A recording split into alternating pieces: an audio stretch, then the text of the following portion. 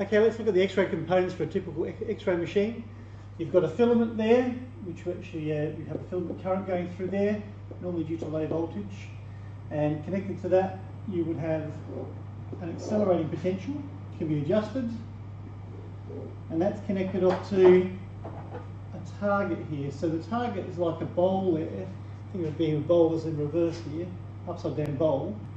There's a few ways you can call this, but let's say there's a nice copper anode here. So copper anode, which is your positive side, and inside that we'll have a target there made of tungsten, okay? Your tungsten target in there. So what will happen in this tube then is you'll get the filament current is going to actually cause thermionic emission. So therm means it gets hot, and that causes ionic emission, so the electrons there become ionised, and they're actually going to sit here on that filament. Sometimes the cathode there, a piece of metal there, that actually warm up, and that's what actually releases the electrons. We'll go through the filament here. Those electrons are now ionised and sitting there ready to go. This accelerating potential causes the electrons to experience an electric field between here, this negative side, and this positive side here. Okay?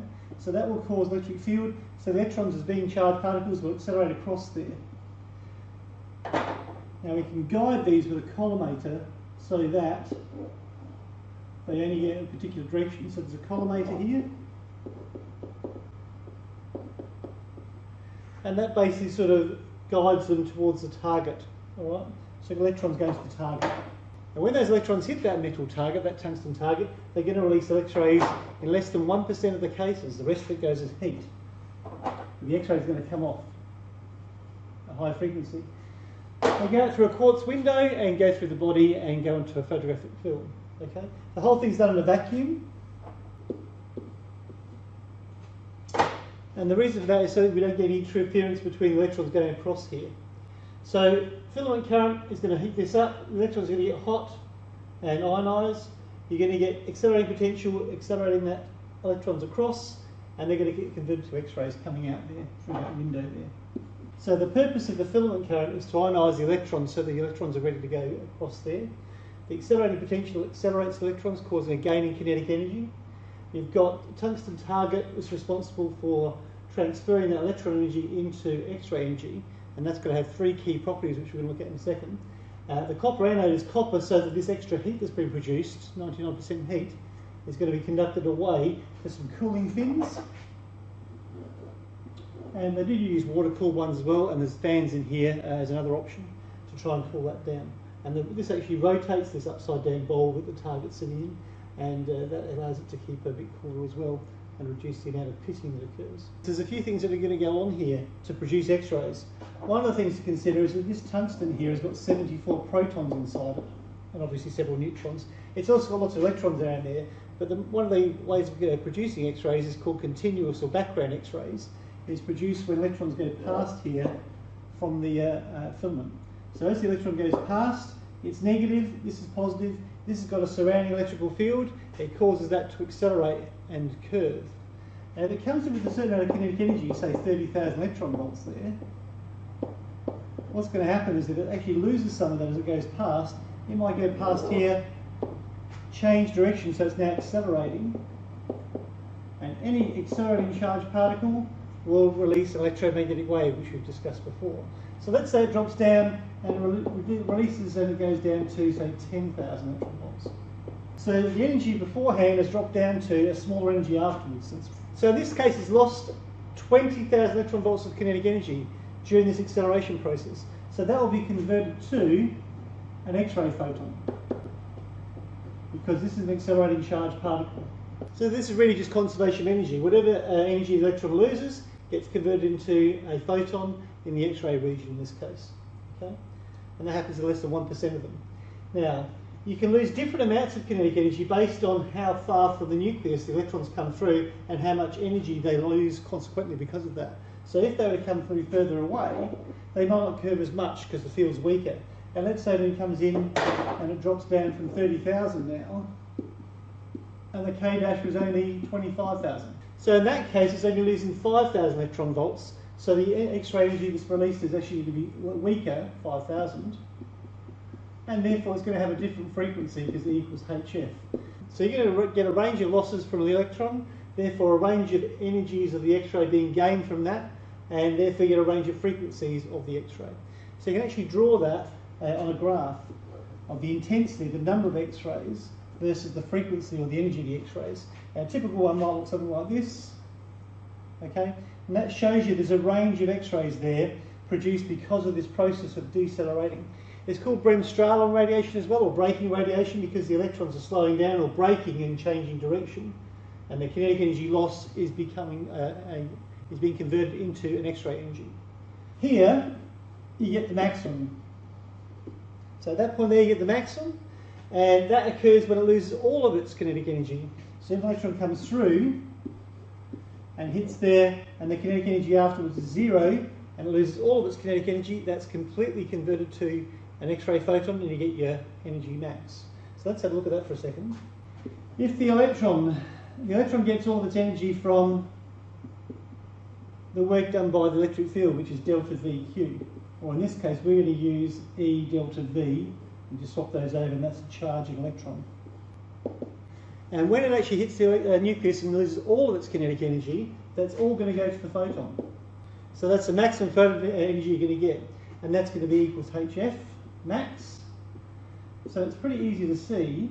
If you rearrange that, there's a formula for F max based on the accelerating potential in the X-ray machine. So your maximum energy, your maximum frequency of the X-rays really is dependent on what's the accelerating potential you put in. Obviously 30,000 volts can go to 40, 50, up to 100, 200,000 electron volts. And these are called harder X-rays if you actually increase that energy and that frequency. They'll have the greater energy needed to go through thicker parts of the body, or parts of the body with a greater density or a greater atomic number. If you come back up to the tungsten target, then you see there was three properties for that. First of all, it has to be hard because the electrons coming in at high speed are going to cause pitting on that surface. It's no good using a soft metal, so it has to be a hard metal. It needs to have a high melting point. So it needs to have a high melting point because it's going to get incredibly hot, and we don't want it to melt and warp and stuff like that. It's also important it's got a high atomic number because that gives it a greater charge and a greater potential to curve those electrons, and it's the curving, accelerating or braking electrons that cause X-rays to be produced. So you need to have a high atomic number for that. Now this is called braking radiation or background radiation or continuous radiation, and that's caused by this braking for the electrons and the deceleration or the loss of kinetic energy being converted. Now you can also get peaks here, characteristics of the tungsten metal itself, the actual target material. Now they're actually caused by a different process to this one. If one of the electrons comes in and happens to strike one of the inner shell electrons that's sitting there, and the electrons sit in shells here of energy, they can knock it out to a higher shell, like that, and energise it. Those electrons don't stay there very long. They can actually come back again, and in that process release the energy as an X-ray photon. Now that photon will have an energy equal to the difference between this level and this level, so it'll have a specific value based on the actual nucleus and the energy levels that are there within each individual element, so it's unique to each element. So this might actually come off with an X-ray which has got a particular value. So let's say it was 2,000 electron volts, for example. Okay. So based on that then, you're going to have extra X-rays here at those particular energy on top of the other ones that we had.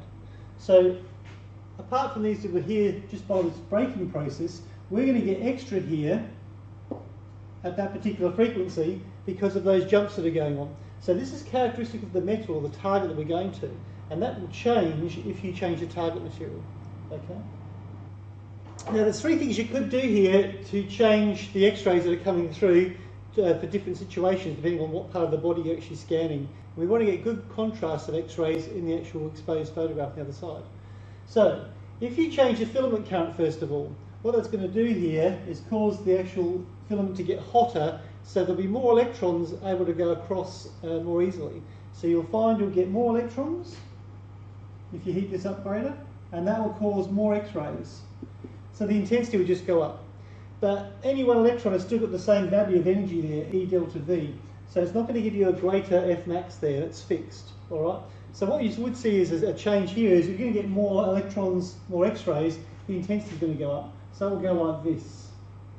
But you would still have the same target position of characteristic peaks. Okay?